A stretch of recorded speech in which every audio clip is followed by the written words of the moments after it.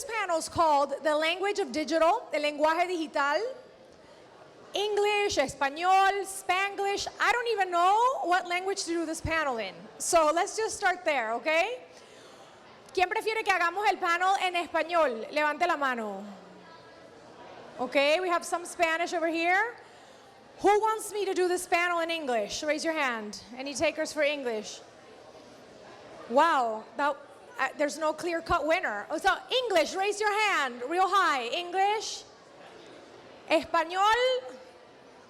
Okay, there's a little more Spanish. So let's just do a little Spanglish, okay? Let's just do it in both.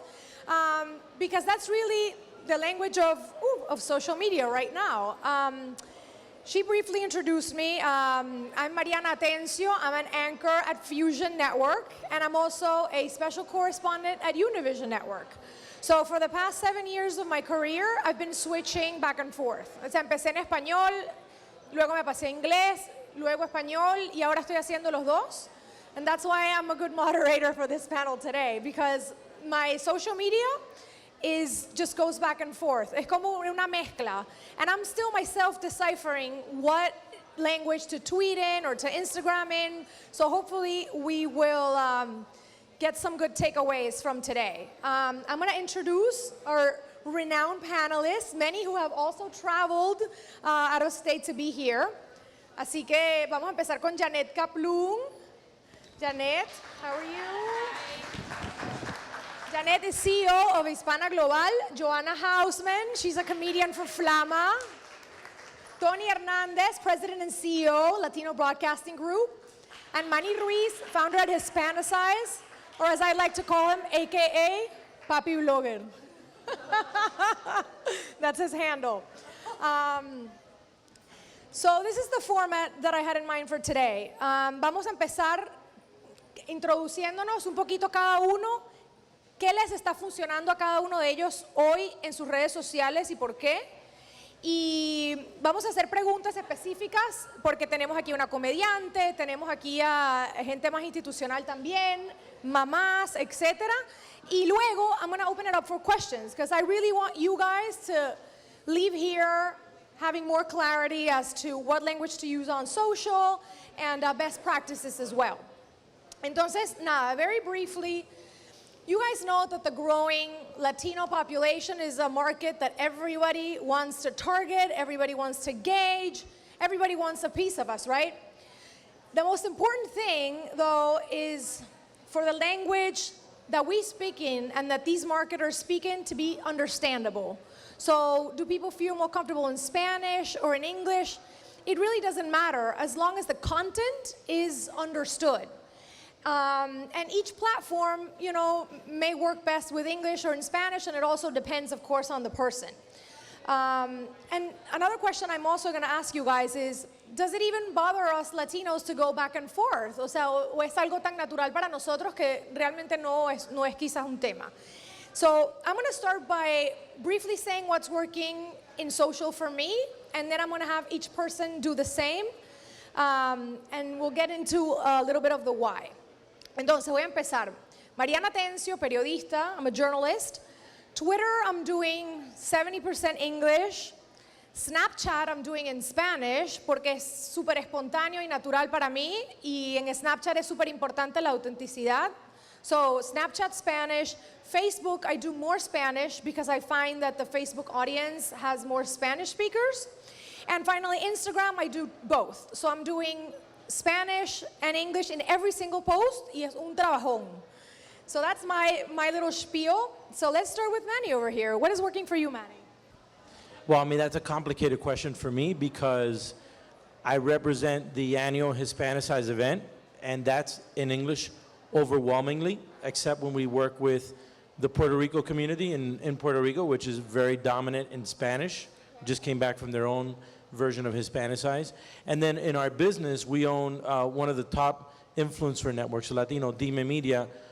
We work with everybody in English and Spanish, very balanced. And that tends to happen in Twitter parties and different conversations that we have. We definitely have a bilingual type discussion. Now, personally, as Papi Blogger, it's in English. I started off as a bilingual blog. A lot of people don't know that it was bilingual for the first year.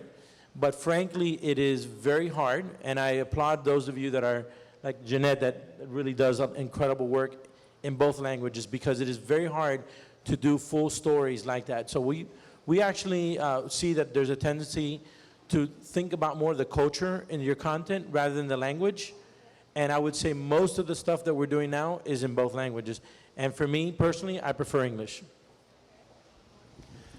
I'm sort of a weird hybrid up here because I have a couple of different businesses that I run and operate. So although on a personal level, I feel igual de cómodo en inglés que en español, and I can flip it back and forth sin problema ninguno like everybody else, and probably most of you in the room. On a personal level, when I communicate on social media, I tend to do it in English. And for the simple fact that that's the language that I was sort of educated in. I came to this country when I was 5, so I can speak to you in Spanish all day long, but my dreams are sort of in English, okay? And if you go, yeah, all of them, by the way. If you go to my Twitter feed, you'll find that I'm sort of passionate about a variety of different things. One of them is the issue of immigration, and I've been very, very passionate about that for many years. And about 6 years ago, I started a project called the Immigrant Archive Project. And I only bring that up because that's an oral history project where we've traveled the country interviewing immigrants of all different nationalities in their language of choice. And as you're familiar with, the overwhelming majority of immigrants in the country are Spanish-speaking, so a good chunk of that content is in Spanish. So when we communicate via social media on behalf of that project, we normally do it 60% Spanish and the remainder in English. We take content from that, we use it for a radio network that I own. We broadcast on about 125 Spanish language radio stations across the country, so all of that content goes out in Spanish. And then I also own a website called The Man Guide, which targets young millennial guys, and all of that is 100% in English. So it's a complicated answer to your question. Yes, we tweet out in all different languages, and I guess it's all a matter of who we're actually trying to reach. So I'm Joanna, and I'm a comedian. And for me, it was like when I would fill a theater of 20 people, I would celebrate. I'd be like, oh my God, 20 people showed up. This is amazing. And social media has made me be able to like be very specific in my comedy and be able to like basically reach a very specific yet very broad audience, which has been awesome. Like doing a video called Signs You're Venezuelan, it hits all Venezuelans, but if I do a comedy show in New York about Venezuelans, there's gonna be one Venezuelan, it's gonna be my mother, so, oh, and you, if you're here. So for me, my comedy was always in English, and now with the internet, I've been able to dabble more in my identity as a Latina and use more Spanish. But I'd have to say that every day I try to make a post that's like perfectly Spanglish, and that someone that speaks English, only English, can understand it, and someone that speaks only Spanish could probably gather what I'm talking about. So I'd say I'd like 70% English on all social media channels, 30% Spanish, and that 30% Spanish I usually like target my Venezuelan words like vaina y chévere, because it's about my identity, so yeah. And you do a great job, I have to say. I have a bilingual platform called Hispana Global, but before I had a Spanish language platform called Todo Bebé.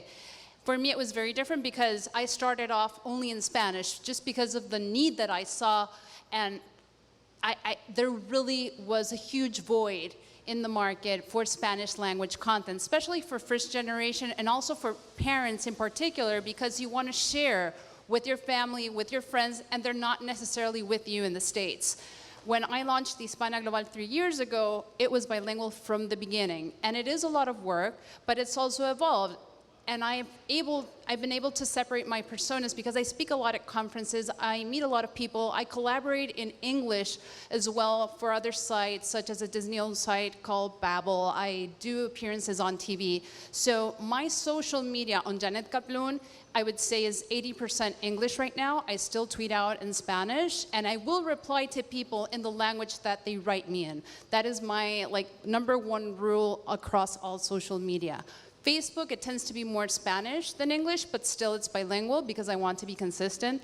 And Hispana Global on all social media is 50-50. Every post is bilingual. not necessarily on the blog, but on social media. So it's very interesting because although I do have a bilingual blog, the content will vary because the audiences are different and the needs also are different. And that's why you need to connect with your community to figure out what works, and it evolves. If it's millennial moms, probably English, but if they want to share it with their parents, with their friends far away, you also need to make it available in Spanish. So we have a lot to cover, right? Everybody's really confused. I want to ask Manny the following. How do different platforms skew generationally among Latinos? Well, if you want to talk about the younger ones, like I have a really good focus group in my house. I have 4 kids. Take your pick. 4 years old. No, 3, 7, 11, and 15. 3 of them are girls, and 1 of them is a boy. So all the age ranges you'd want. So my son definitely has shown me that for him it's Snapchat and Instagram, and they love Vine, but no, the one that I see him using, and I bust him, the phone one, my God, what is the name of that one? No. Huh? No, hold on. No, WhatsApp. Oh, what's that? WhatsApp. Thank you. So I see them doing a lot of stuff through WhatsApp as well. And I think that that's actually pretty reflective of the youth. Obviously, Vine, a lot of the stuff in Vine, it's pretty much very humor-oriented. And there's some incredible creative stuff in 6 seconds, really incredible. But I think for the older generations, business, of course, is done in LinkedIn in Spanish or English. Facebook is the universal one that you could talk to your mom or your grandfather or your son. Although your kids will often say, I don't want to go to Facebook because I know you're going to see it. And abuela might comment on it and embarrass me. So, and then Twitter, I think Twitter is more for really serious communicators, professionals, thought leaders. I think that's a great place to have like the serious conversations of the day. And I think that this is pretty much true of Latinos too. We do a lot of Twitter parties as part of the stuff that we do, and pretty much the age range there is very millennial and professional. So I hope that answers your question. For me personally, I love Periscope. I think I'm watching Periscope very much, and in fact, we started announcing yesterday that all Hispanicized news will be coming through Periscope first. I see it as this new version of, it's Twitter, of course, but Twitter with video. And that's where you promote your interviews, terrific content. I think that's the platform Latino professionals and, people that want to capture entertainment live and live stream it. Periscope, Meerkat, of course, but I'm more of a Periscoper. Sorry about that. Now, Tony, you mentioned the different digital initiatives that you've launched and how passionate you are about immigration. You naturally want to generate a response, right? That's kind of the point of digital. You want to make people click, share, donate. Soon, people will be able to dislike, right? Mark Zuckerberg told us. So tell us, are there any metrics that you really look at when you're launching these initiatives? Well, yeah, and that's a great question. As soon as we have that dislike button, I think we're going to get a lot of dislikes from Donald Trump and that whole camp, particularly on what we do on the Immigrant Archive Project. But to answer your metrics question, it really differs tremendously because that's a project that does extremely well on network radio, and there it's really all about getting syndication into the right radio stations. So there are certain AMs in certain markets that deliver next to no audience, but what little audience it does have, it's very passionate about what we do. And other times, it just makes more sense for us to be on a more powerhouse FM station, which perhaps doesn't have that loyal following, but is delivering those numbers. And that's all Spanish.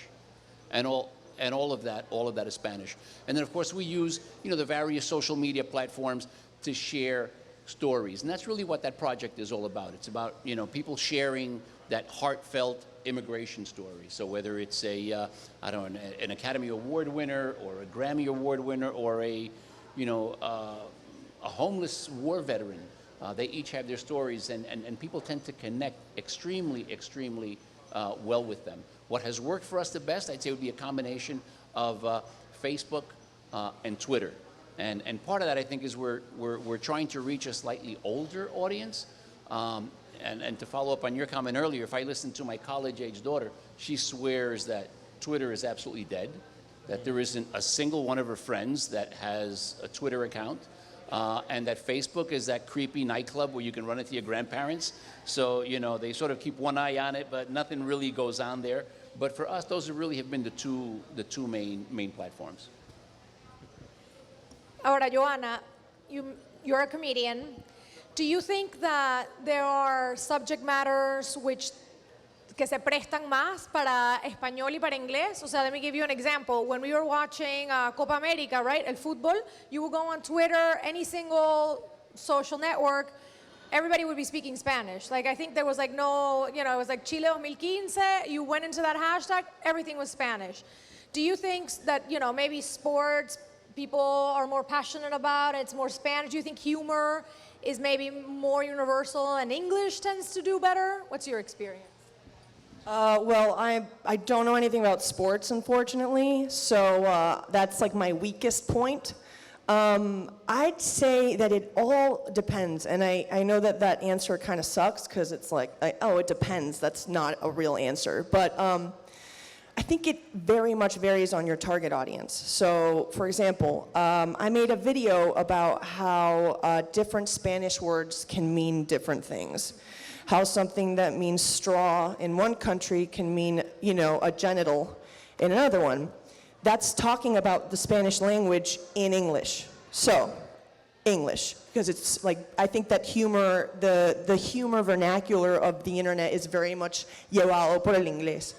However, when I talk about being proud of being Latina, like being a proud Venezuelan, when it's about politics, especially about politics, I feel more comfortable in Spanish, particularly in Latin American politics where you can make jokes.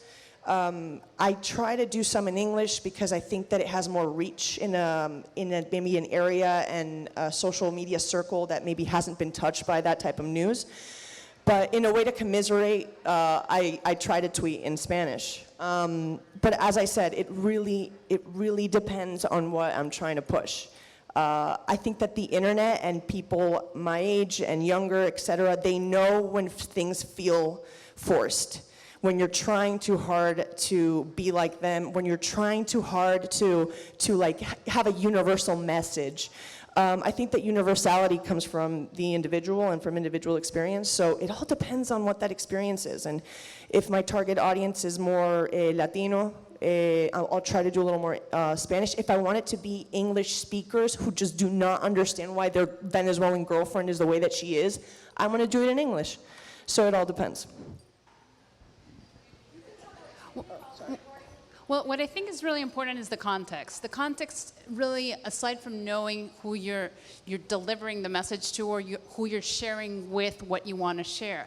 But that issue about there's certain things that no tienen traducción. So if you want to really write or do a video or share a joke about something that has a deep emotional connection, chances are that if you grew up in a Spanish-speaking country, the first thing that's going to come out of your mouth is going to be in Spanish. For me, it's very weird because I am equally comfortable in both languages. First part of my life, I was born and I was raised in the US, then I was raised in Chile, and so my brain works in both languages. So it's really strange sometimes to really catch yourself when you're trying to be authentic. Oh, maybe this should be in English, but really, te nace en español. And that's when I really think that you need to be consistent in trying to figure out, okay, I'm going to do it in Spanish, but I'm going to sprinkle it with a little English, or I'm going to make it available or a transcript in English so at least the rest of my audience doesn't feel, oh, you forgot all about me.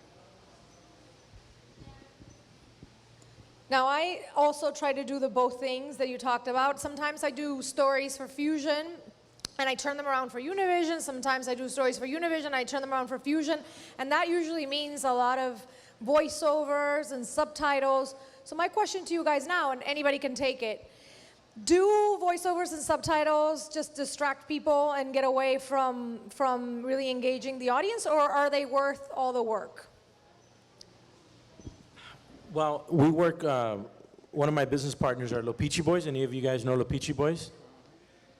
They are the masters at taking content and taking it out of context. So they do that to Fidel Castro and Raul Castro, all the dictators of Latin America. They do it to Obama. And so in that case, it works because they put completely different words in the people's mouth. When Elian Gonzalez recently was interviewed in Havana as part of this new, warming up of relationships, he did an interview and he was saying something that was like, that he would like to come back to Miami and whatever. They changed the whole verbiage of like, yeah, because I want to go eat carne de puerco and whatever. And like they changed the whole context of what he was saying. They do that to Fidel Castro as well and Raul and in their press conferences. Any of those videos, it works. But it often doesn't work when you're watching it with little subtitles. So in comedy, and Joanna, obviously you're the comedian, I'm not, but in comedy, I think it works. In a lot of other contexts, it's kind of annoying. It's like, unless it's Trump and you're doing something to him, I don't think, I'm sorry, I know that Trump is a sour topic of the universe, but you know what, we got you back on that one.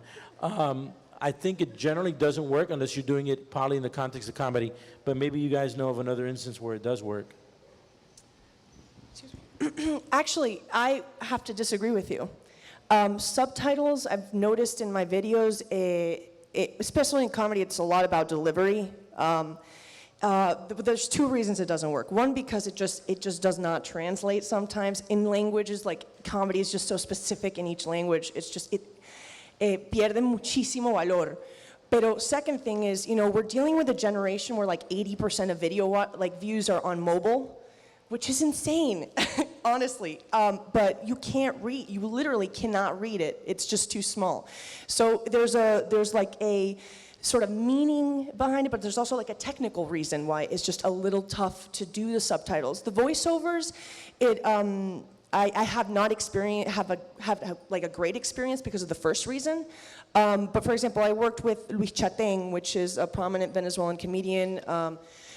He has millions of followers, all in Spanish, and I did a video with him in English.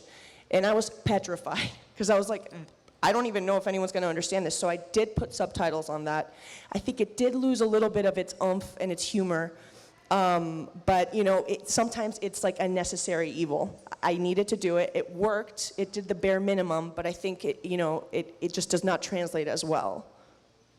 It's really interesting because I actually do believe that in comedy it doesn't work because it's so unique. But other kinds of content, it does work to do the voiceover. The voiceover, especially for me, has worked in the beauty category, parenting, and travel. And it's amazing to see how the engagement rises when people feel that you are addressing them in their language of choice. But that being said, But you prefer voiceover over subtitles? I do, and also because people are lazy. People don't like to read. It distracts them from what they're, especially in a video. It's not like an audiobook or you really just want to concentrate on the video. And if you're reading, just remember whenever you look at any foreign movie with the subtitles, you really get distracted from what's going on in the big picture. And if you're watching it on a small screen, which is what people are usually doing on YouTube in particular, it's not going to work. If it is a blog post where people are used to reading, it's very different because they will expect the text or the copy to be either in both languages or in their language of preference. Hire a Spanish copywriter. It's not the same. Yeah. It really isn't. And it's worth it. Well, absolutely. Listen, it was a joke, guys. I swear I was joking. I would never do this. Jeanette Kaplun, you better not repeat this. Because we actually have people, and clients don't do that anymore, by the way, but many, many days, and you probably still see clients that are, they're like, oh, I translated it through, and we're like, how the hell did this happen? Google Translate. So don't do Google Translate. I'll end you with that because I know you guys may have questions. So who has questions? Questions? Felipe, question over here. Do you want to walk up the stairs? Da-na-na. Can you give or provide some single advice, very tactical for a local business. I know we have a lot of people here from the local community. They're starting up their social media presence. They're wondering if in a city like Miami, they should speak in Spanish or in English. Yeah, around that. If it's Miami, bilingual, because there's a huge Spanish-speaking population, definitely. But again, each store owner knows its community. Like, check out who your clients are, whether they engage with you once they come into your store in Spanish or in English. I think that at the hyper-local level, you will know better than anybody else. But in other cities, I would definitely say English, because of reach, and also if you are going to be posting things on social media, or you have a website, you have a blog, SEO is probably going to help you more in English than in Spanish if it's a hyper-local business. I'd also say that people follow other people and brands and businesses in a way that's like, they're expecting a service, right? You follow people because it's enjoyable, or it makes you laugh, or what? Or a special code if it's a business. Yes, exactly. So I think that I think a lot of businesses, it's all about promotion. So it's like, come here, come to this restaurant. My restaurant's great. Meanwhile, there's other restaurants that I follow that it's like, oh my God, this is an amazing picture of an arepa. I'm gonna like that because that's awesome. So it's about making it entertaining in whatever realm the person's most comfortable in, like photography. You know what I mean? It's like it's like you follow it not just because of the business, but because of the content that is put up. And I think it's also key to understand the personality of the specific brand. You know, you'd be hard-pressed to find, you know, more notable or recognizable brands here in Miami than Panther Coffee or Zach the Baker. And I've yet to see any of those two companies send out a single thing in Spanish yet, but that's their thing, you know. My favorite sandwich shop in town, Little Bread, they tweet and they share stuff in both languages, so it works for them. So I guess what I'm trying to say is it boils down to that point we made earlier about really knowing your audience and who is that consumer and what do you feel is the best language to reach them. Oh, no, I'm sorry. I was trying to raise the microphone because I was being told to help you raise your microphone. I thought you were getting romantic there for a minute. No, so, you know, a good example, I think for most businesses, it's most likely going to be Facebook. Very important for you as a business. It's probably the most universally safe bet that you need to do something serious on Facebook. One of my favorite restaurants, a little hole in the wall in Westchester called Amari Mix, Mexican Tex-Mex, awesome. And she has an incredible and growing Instagram account for her food. And I think obviously if you're a restaurant, you don't have an Instagram account, you're crazy. You're absolutely crazy. But there's some other categories where your story is very visual, and you need to have that. Like, for example, I'm gonna give you an example. If I owned whatever companies that JetBlue packed, have you seen the ones where you fly off the water in the jet? Those are, you know, yeah, photo, Facebook and Instagram, but I would have something cool with video on an ongoing basis, because that lends itself to like constantly always post. So it really depends. Visual stories are very important, whatever platform you're using, but I would probably put my energy as a small business on Instagram and Facebook primarily. There might be other occasions, but these are the two that are probably going to be most important. You're content creators. Think of yourselves as content creators and not just a restaurant or not just, you know, a pizzeria or whatever it is that you are. All great points. And I love what you said, Joanna. In social media, really good photographs, you know, and a nice text with the name of whatever your startup is, that goes a long, long way.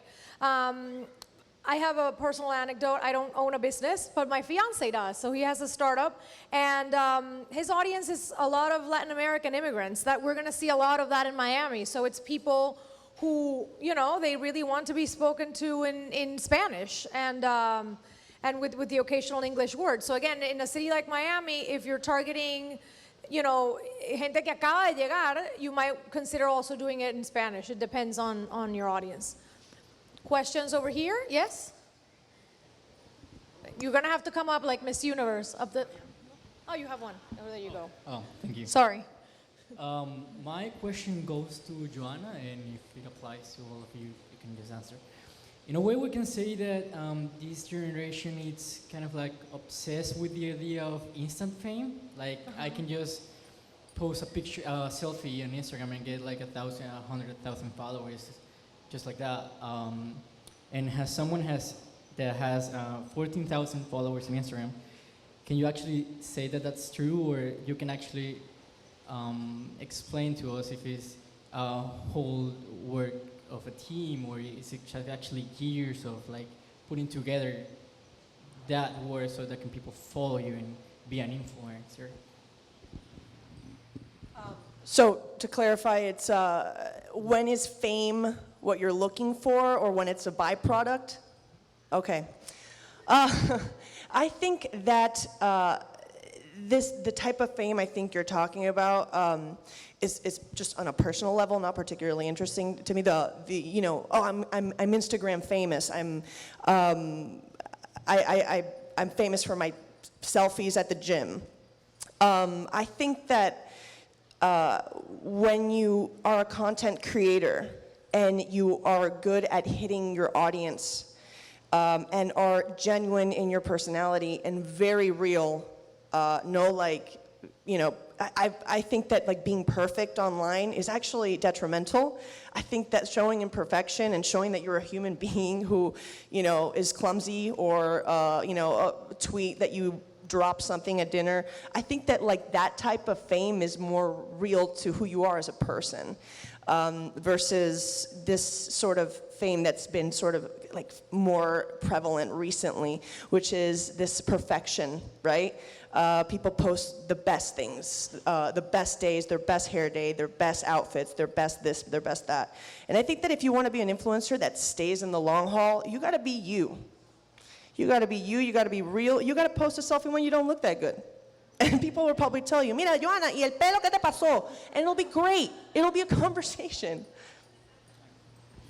Y también, o sea, as a journalist, sometimes you see all these girls who are, they tell me, I want to make it into journalism. And then I look at their accounts y son puras fotos en faldas cortas que yo digo, okay, is this what you want people to know about you? Because that's only going to get you so far. But if you become a source of news, if you, dissect the news, that's what a journalist should be doing. And the occasional selfie at the gym is fine, but, I guess it would be post what you want people to get from you to know about you. If that's authenticity or humor or news or immigration or parenting advice, then that's what you should really be posting the majority of the time. And if you get it right, te vuelves Insta famous. There was another question, por allá. Hi, I'm sorry. When you talk about tweeting or doing social media in Spanish, what kind of Spanish are we talking about? Because I know in your case, it's kind of easy because if you're authentic, you use the Venezuelan slang because that's what you use. But if you're talking from a corporate like Univision or whatever, what kind of Spanish are we talking about, and what kind of language do you use to actually reach the quantity of people you want to reach? Cuban. That's a good one. That's important. But I'll take the first part of it and then hand it to one of you guys, or Janet or Tony. But for me, in journalism, you have to speak perfect Spanish. O sea, no te puedes dar el lujo de tener un error ortográfico, que falte un acento, because it's what I do. Yo tengo una chaqueta o una chamarra. Chaqueta. Exactly. Janet. You touched upon such an important topic. I use neutral Spanish, but for certain words, I will actually add in parentheses. I know it's not the cleanest version, but that way you can address that certain words have different meanings. But there is sort of like a general norm that is more neutral than others, and that's the norm. I would say it's like the news Spanish. That it's a combination between the Colombian and the Mexican without the slang. But there still are going to be words like chaqueta that is going to mean something different in Mexico than in the rest of South America. So you have to be very conscious about, or you can also refer to some of Joanna's videos about words having different meanings, especially regarding food. Yes, definitely. And one more thing to that point. For example, I think it also depends on the platform, right? If I'm a journalist tweeting in Spanish, that Spanish has to be perfect porque ahí lo van es una fuente de información para la gente. But if you go on my Instagram, it's okay to be like, Chama, I woke up like this today. You know, that's fine. But I'm not going to put that on Twitter because the platform is different. Instagram is more of an insight into my personality, a little bit of my life, and some news, whereas for me, Twitter is almost all news. So it depends on that. You guys on the institutional front? No, and I was about to say, that's also part of the beauty of being a Latino in this country. You know, in our own countries, we tend to think, well, you know, the way we speak Spanish in Spain is the correct way, the way we speak Spanish in Mexico is the correct way. And here we tend to be so interconnected, you know, particularly in a city like Miami, that I don't know of a single Mexican that doesn't know what hacer means, or a Cuban that doesn't know, you know, way. You know, I mean, it sort of becomes an international new thing, you know? And at the end of the day, let's admit it, we're sort of a people divided by a common language, no? There are so many ways of slicing it, and what means, and I think you touched upon it earlier, what means something innocuous to me could be highly insulting to someone else. But I think after you live here for a while, we learn to understand our differences and we sort of embrace them. Yeah, most communicators of the language have a pretty good understanding of what not to say. So I don't know, in the industry of communications, in public relations, in blogging, I mean, most people know certain words to avoid. I don't think it's an issue. One of the biggest challenges actually on Twitter for Spanish is that Spanish is a longer language than English. So it's more work to be a really good person in Twitter in Spanish than in English, because it's más trabajo, más palabra. I mean, you know, no alcanza. So I think that Twitter is a challenge from that perspective, but great communicators, they generally know, you know, the very educated Colombians and Cubans and Venezuelans, they know how to keep it to that universal Spanish, from my experience. Anybody else? Ajá, por allá.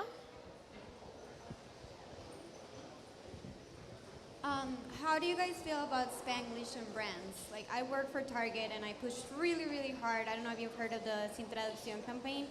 That was one of my campaigns, and I pushed really hard for them to tweet and to post on Facebook in Spanglish. They pushed back, of course, because it's the first attempt that they're doing into deeping into the Hispanic culture. And our first thought it was to do it in Spanglish because it was a little bit more of an easy way in rather than going all in Spanish. It worked out really well. I just want to know what you guys think in brands and Spanglish. Who wants to take this one? Spanglish? So that launched that Hispanicize, and I've been tracking it. I think it's been one of the more successful social media campaigns because Sin Traducción, it's called the Sin Traducción hashtag. If you look it up on social media, you'll see a lot of, you know, components of that. I think you guys have done a terrific job because it really talks about those things that don't really need a translation. It's unique to Latinos, you know, the chanclas, and there's other things about babies and family and stuff. So I think you guys have done a great job doing it in both languages. When we work with a lot of brands, they tend to have, I think they've come to the point where they stop being restricted. Jeanette, you've seen this. Jeanette's been working in this for years too with us and other folks and herself. But it used to be that they were very restricted. No, it has to be in Spanish only or in English only. I think the brands and agencies have become like, you know what? Whatever cultural nuance it takes in whatever language, that's what matters. And so I was just talking to one of my partners today to give me a reality check on programs that we work with.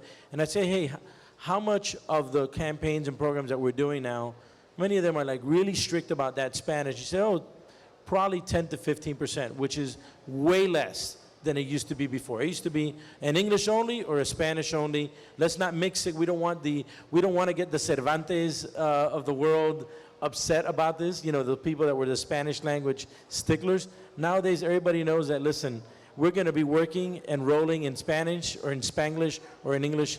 It doesn't matter. So sorry.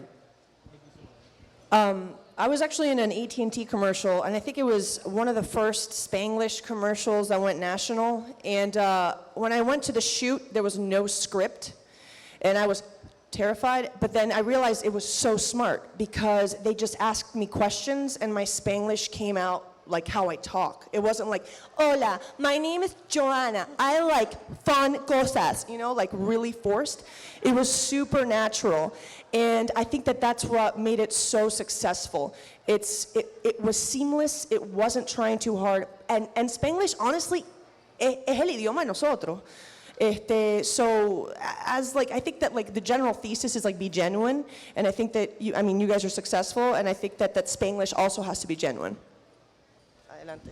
And there are two types of Spanglish. One thing is to seamlessly transition, like Joanna was mentioning, or Manny was mentioning, from English to Spanish, but it's a very different thing to take a word that has been changed, and that's the kind of Spanglish that people object to. Like what? Troca, for example. No, I understand. But for people who are not Mexican American or who didn't grow up in certain areas of the U.S., if you tell them words like that, I'm using that as an example, people will have like a reaction and they will say, ay, odio el Spanglish, es lo peor. It's not lo peor. It really isn't. It's just that it's those kinds of words that really get on Spanish purist nerves. I was just going to say that my little brother at one point started saying, hay que tener caución. And I'm like, caution? And I'm like, what? So, no, that's where I draw the line. Anyway, guys, it's been great having you as an audience. Let's give a big round of applause to our panelists. One last thing I want to say regarding that political pun that you threw at me before. No matter what Donald Trump says, es super cool que podamos hablar español, inglés, and we should be damn proud of that, okay? So don't stop.